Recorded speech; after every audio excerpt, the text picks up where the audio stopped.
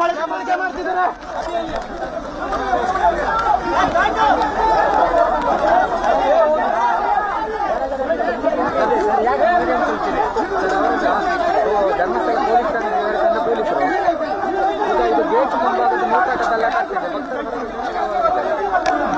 ಧರ್ಮಸ್ಥಳದ ಭಕ್ತರು ಮತ್ತು ಹೋರಾಟಗಾರರ ನಡುವೆ ಆದಂತ ವಾಗ್ವಾದ.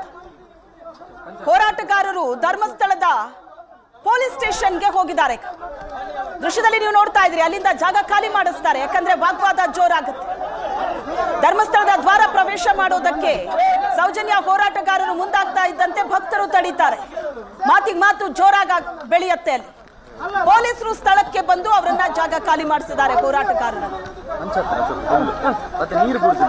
ಧರ್ಮಸ್ಥಳ ಕ್ಷೇತ್ರದ ಹೆಸರು ಹಾಳು ಮಾಡೋದಕ್ಕೆ ಇಂಥ ಪ್ರಯತ್ನಗಳಾಗ್ತಾ ಇದೆ ಅಂತ ಭಕ್ತರು ಹೇಳ್ತಿದ್ದಾರೆ. ಆದ್ರೆ ನಮ್ಮ ಹೋರಾಟ ನ್ಯಾಯಕ್ಕಾಗಿ, ನಾವೆಲ್ಲೂ ಗದ್ದಲ ಮಾಡಿಲ್ಲ ಅಂತ ಸೌಜನ್ಯ ಪರ ಹೋರಾಟಗಾರರು ಹೇಳ್ತಾ ಇದ್ದಾರೆ.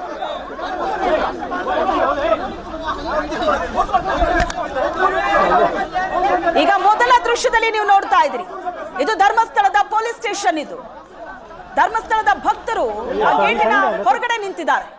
ಒಳಗಡೆ ಸೌಜನ್ಯ ಪರ ಹೋರಾಟಗಾರರೇನ್ ಪಾದಯಾತ್ರೆ ಮಾಡಿಕೊಂಡು ಬಂದು ಧರ್ಮಸ್ಥಳದ ದ್ವಾರ ಪ್ರವೇಶ ಮಾಡೋದಕ್ಕೆ ಪಟ್ಟು ಹಿಡಿದಿದ್ರು. ಅಲ್ಲಿ ಒಂದಷ್ಟು ವಾಗ್ವಾದ ಆಯಿತು. ಪೊಲೀಸರು ಅಲ್ಲಿಂದ ಹೋರಾಟಗಾರರನ್ನ ಈಗ ಪೊಲೀಸ್ ಸ್ಟೇಷನ್ ಕರ್ಕೊಂಡು ಬಂದಿದ್ದಾರೆ. ಗೇಟ್ ಕ್ಲೋಸ್ ಆಗಿದೆ. ಪೊಲೀಸ್ ಸ್ಟೇಷನ್ ನ ಒಳಗಡೆ ಹೋರಾಟಗಾರರಿದ್ದಾರೆ.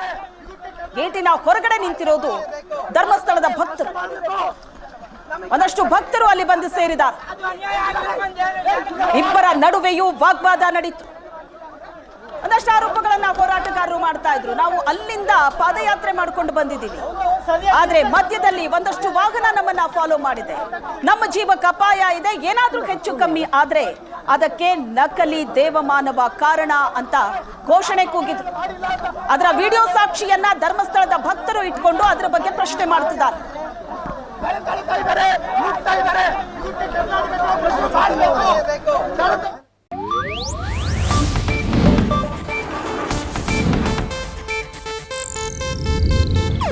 ಇದು ಏಷ್ಯಾನೆಟ್ ನ್ಯೂಸ್ ನೆಟ್ವರ್ಕ್ ಪ್ರಸ್ತುತಿ.